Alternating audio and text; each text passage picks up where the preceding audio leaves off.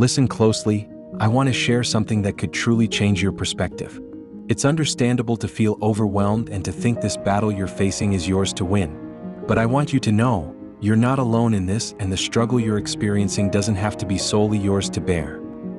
Many of you have prayed, cried, or even cried out in silence, yearning for change, yet it may seem like nothing is shifting. It's exhausting, frustrating, and you might be left wondering why you're stuck in this situation. I've been there too. I truly understand what that weight feels like. The pressure, the confusion, the feeling of isolation. But here's something important to consider. The battle isn't yours to fight alone, it's God's. This isn't just a motivational message, it's about recognizing a deeper truth. Stick with me, and I promise that by the end, you'll see your struggles in a new light. Let's explore this further. God is reaching out to you right now. You may feel like you're battling against your boss, an ex, anxiety, your finances, or even your own thoughts. But I want to gently remind you that these are merely distractions from the real fight. If you don't recognize the true source of your struggles, you might find yourself exhausting your energy, feeling like you're punching at shadows while the real challenges remain unresolved. It's important to remember that every spiritual conflict starts in the unseen realm. The stress, the arguments, the sleepless nights, they're just symptoms of a deeper battle. The enemy knows if he can keep your focus on what's in front of you, you'll miss the true essence of what you're dealing with.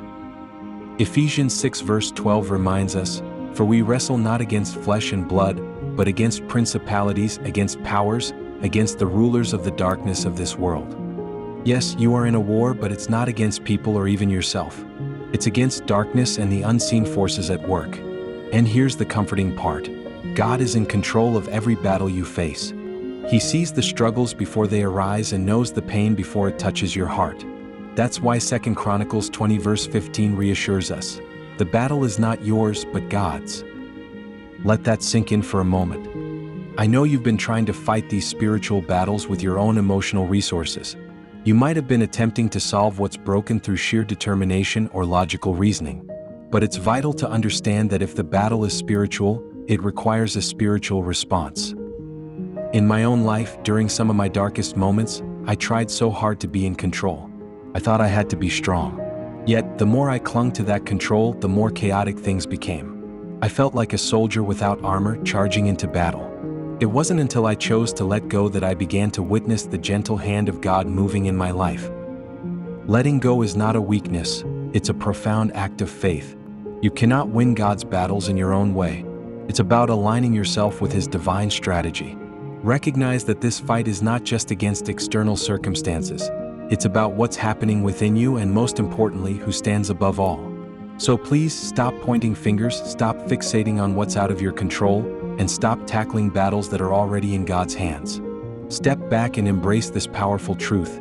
The battle is not yours, it's the Lord's.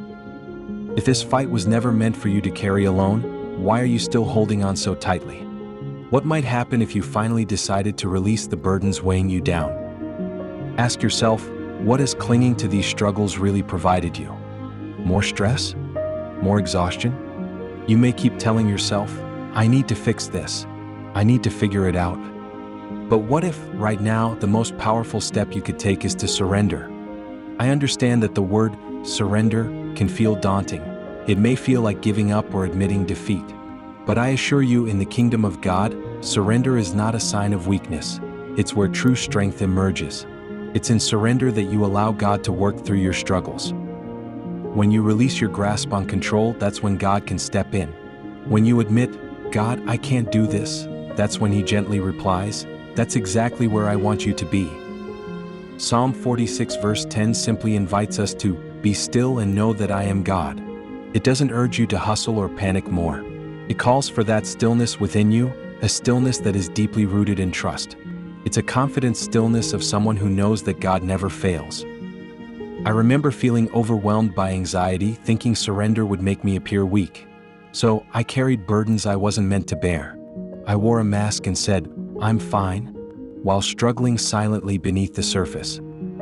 What changed everything for me was not another strategy but the act of surrender itself, leaning into the arms of a God who is always there, never tired, never confused, and never late. Right now, you don't need to bear more burdens, you need to lay them down. Remember Proverbs 3 verses 5 to 6. It calls us to trust in the Lord with all our hearts and not to lean solely on our own understanding. This is the first step toward your healing and strength. I understand that you've been relying heavily on your own understanding, and that can lead to a place of burnout and fear. It's tough when we feel weighed down by our struggles. But I want you to know that when you choose to trust, when you let go and say, God, you take the wheel, that's when you can truly experience a peace that defies all understanding. It's important to remember that you weren't meant to carry burdens that only God can lift.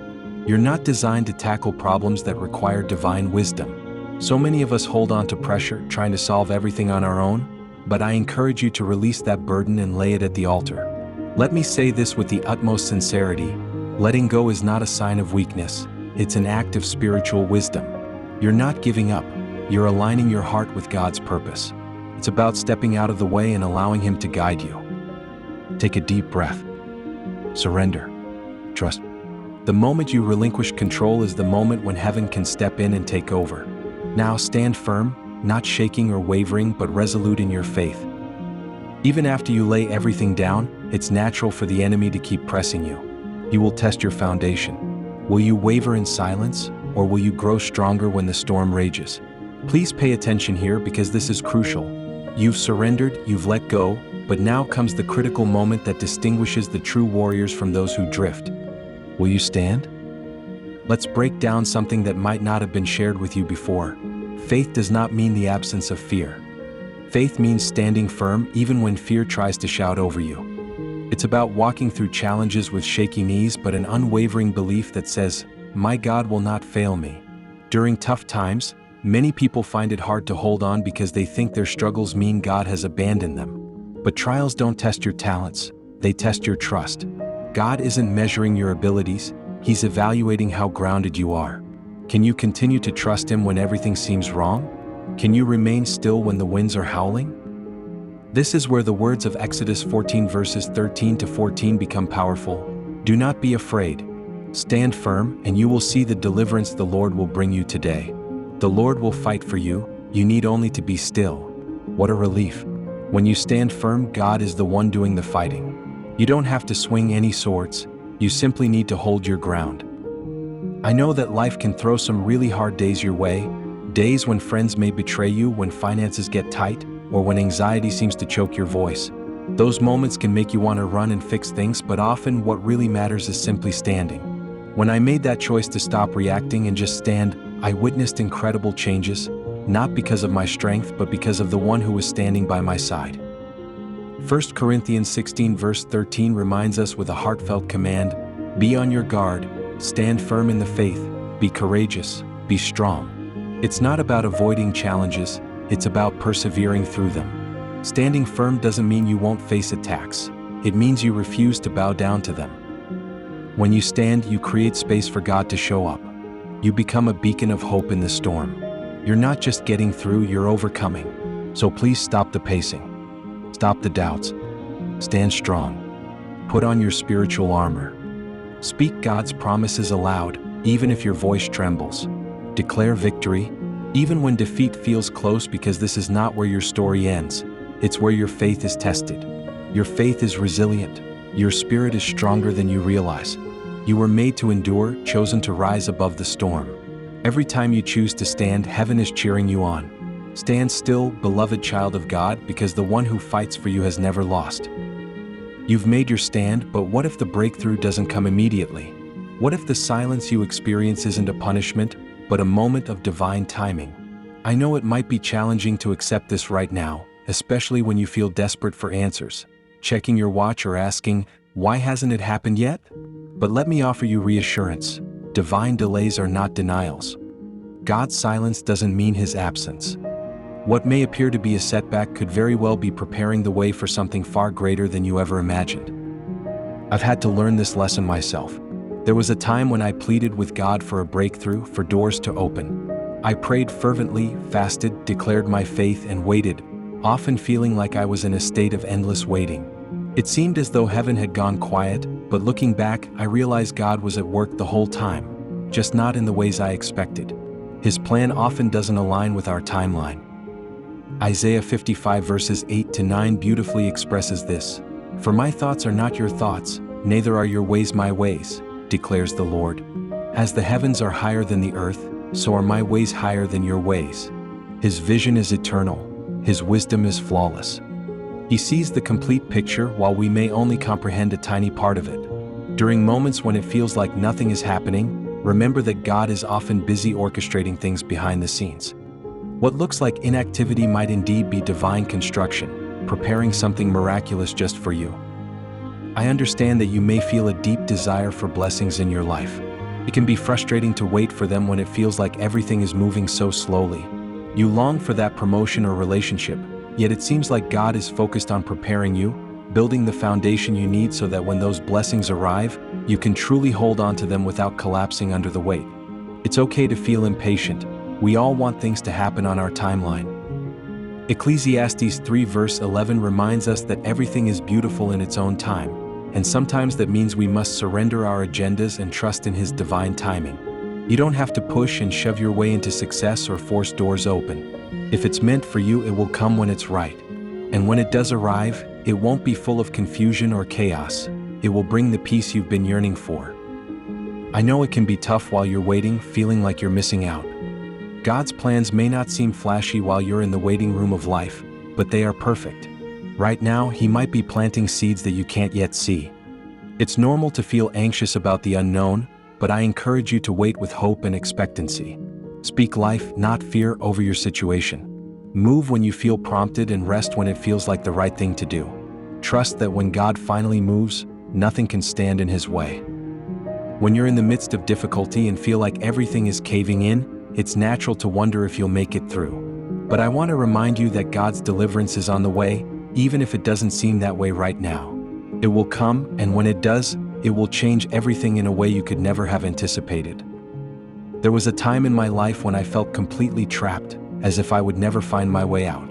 I thought I was buried, only to discover that I was being planted for something greater. When I emerged from that dark place, I wasn't just free, I was filled with purpose, and I want the same for you. Psalm 34 verse 19 speaks to this. Many are the afflictions of the righteous, but the Lord delivers him out of them all. God sees your struggles and He promises to lead you through. His healing and freedom are complete and whole. Your journey may feel heavy, but please remember that God is transforming your trials into testimonies. Your story, the struggles you face, can become a powerful source of strength for others. Someone out there needs to hear what you've experienced to reignite their own faith. When you do receive your breakthrough, and I believe you will, don't shy away from sharing it. Your deliverance is not just for you, it's also a beacon of hope for others. It reminds everyone that they are not forgotten. As you move forward, don't forget who brought you through this. This battle was never solely yours, it has always been His. Remember, deliverance isn't the end, it's a new beginning. Now that you've come through your struggles, think about who you can help find their own way out. Your victory isn't just a moment, it's an ongoing journey.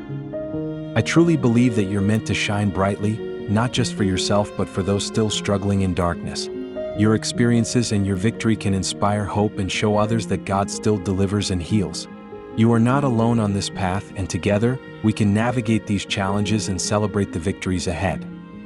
That's right. Your testimony holds immense power, and your story can be a true weapon for change. Right now, there may be someone out there who is on the brink of giving up.